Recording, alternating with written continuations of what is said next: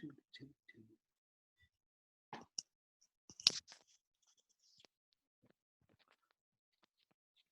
everyone. Today we will discuss about string buffer and string builder in Java. Let us start. String objects are immutable in Java. What does this mean? Once we create a string object, we cannot modify the content within the same memory. So let's see what does this mean by writing a programming for this one. Let me create one string class. String s is equal to, let us take welcome. So now if I want to perform any modification on the same string, let us take, I want to convert s to uppercase. Let me call a method called to uppercase. Now if I perform any modification and if I try to see the output,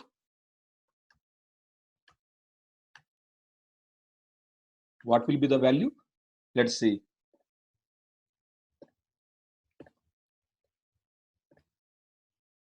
Actually it should print the uppercase value, but still it is printing as a lowercase value because strings are immutable. So whenever we try to perform any modification on the same string, it will not update it within the same memory. This is nothing but a so strings are immutable. Now, so how to achieve this problem? To achieve this problem, either we have to allocate the updated value to the same string, or we have to store into some other new string object. But in both the cases, new memory will get allocated and the updated value will store within the new memory. So this is very important point. So without reallocation, the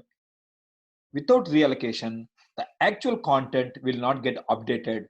So if you really want to get the updated value, either we have to reallocate to the same string, or we have to create a new string and allocate the updated value to the new string. Okay, now if you can see here, run as Java application. So we can see the output like updated value. So this is how the string will work.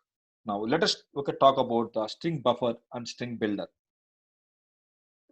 So let me take you the definition of a string buffer. String buffer is a mutable class and string buffer is synchronized. So what does this mean? So what is the definition of immutability? Once we modify the string, data will get updated within the same memory. So unlike a string, no need to reallocate to the some other object. Fine. So, but string buffer is synchronized. That means only whenever we are doing the multi-threaded programming, in that situation only, it is better to use the string buffer. But if there are too many modifications, instead of string, we have to choose either string buffer or string builder. So let me explain about the string builder. String builder is also a mutable class like a string buffer, but string builder is not synchronized. That means, so what is the main differences here? Let me take you to the when to use a string, when to use a string buffer, and when to use a string builder.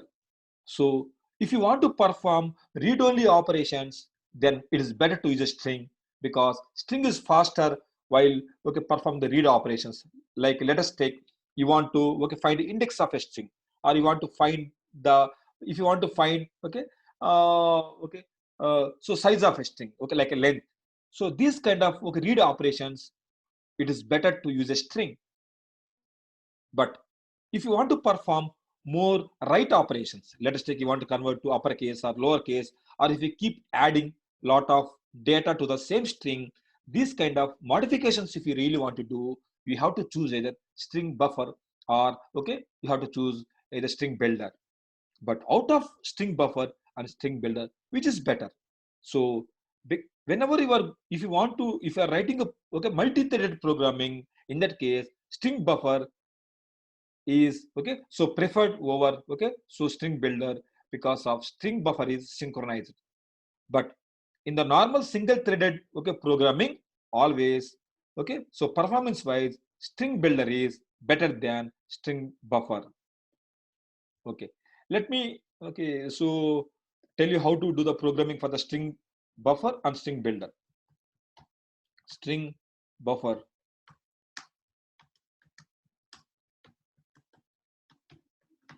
Now, if you see here, if I want to really so perform any uppercase or lowercase, let's take I will take hello dot to uppercase. Now, no need to again reallocate back. So if you see here, you can see the updated value. Hello. Or if you want to perform too many modifications, you can use the append method. Append. Let us take welcome. You want to perform too many modifications. Mostly in the real time, you want to so try to construct the full name, first name, middle name, last name. This kind of these are called the modifications on the string. In these kind of situations, you have to use either string buffer or string builder.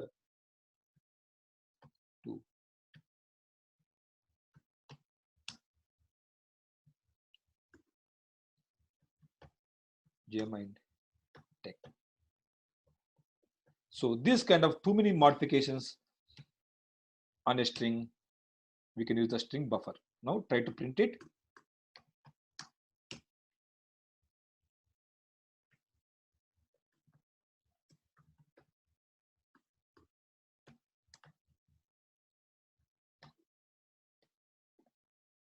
Now try to run this program. So you can see, but even though we are performing too many modifications, we are not reallocating string buffer to some other so string buffer object like string. So because of string buffer is mutable, we can modify the content to the same object.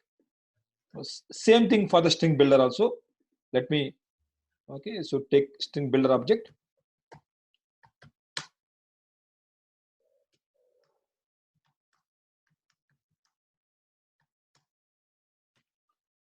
So string builder will have similar functionality as that of string buffer.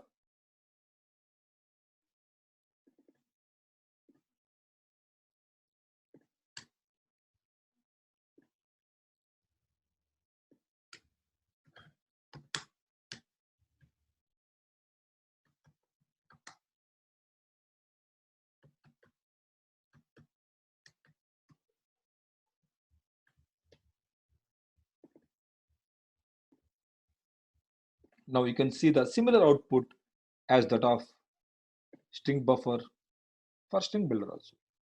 Now, only difference between string buffer and string builder is string buffer, both are mutable. String buffer is mutable, but it is synchronized. Use string buffer. So let me come back.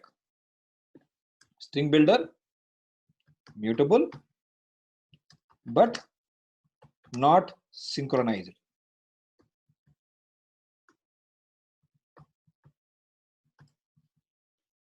String, immutable, immutable.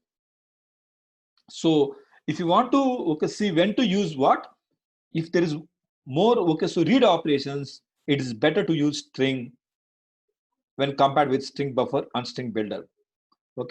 But if you want to perform more write operations, like you want to keep appending too many values, so you have to use either string buffer or string builder.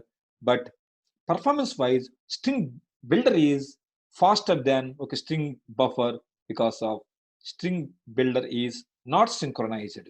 So because of non-synchronization, string builder will be faster than string buffer. But if you are writing a multi-threaded programming, mainly for the thread safe so programming, so you have to use so Okay, so you have to use the string buffer instead of the string builder. So based on the situation, you have to choose which is better for you. Yeah, that's all. And yeah, and one final thing. Okay, so one more point I would like to, okay, so explain here. So you see here, string buffer and string builder are okay final classes. All string buffer and string builder are final classes. What is the meaning of the final class? No other class can extend these classes. So as per the Java design, these three classes are final classes. Yeah, that's all.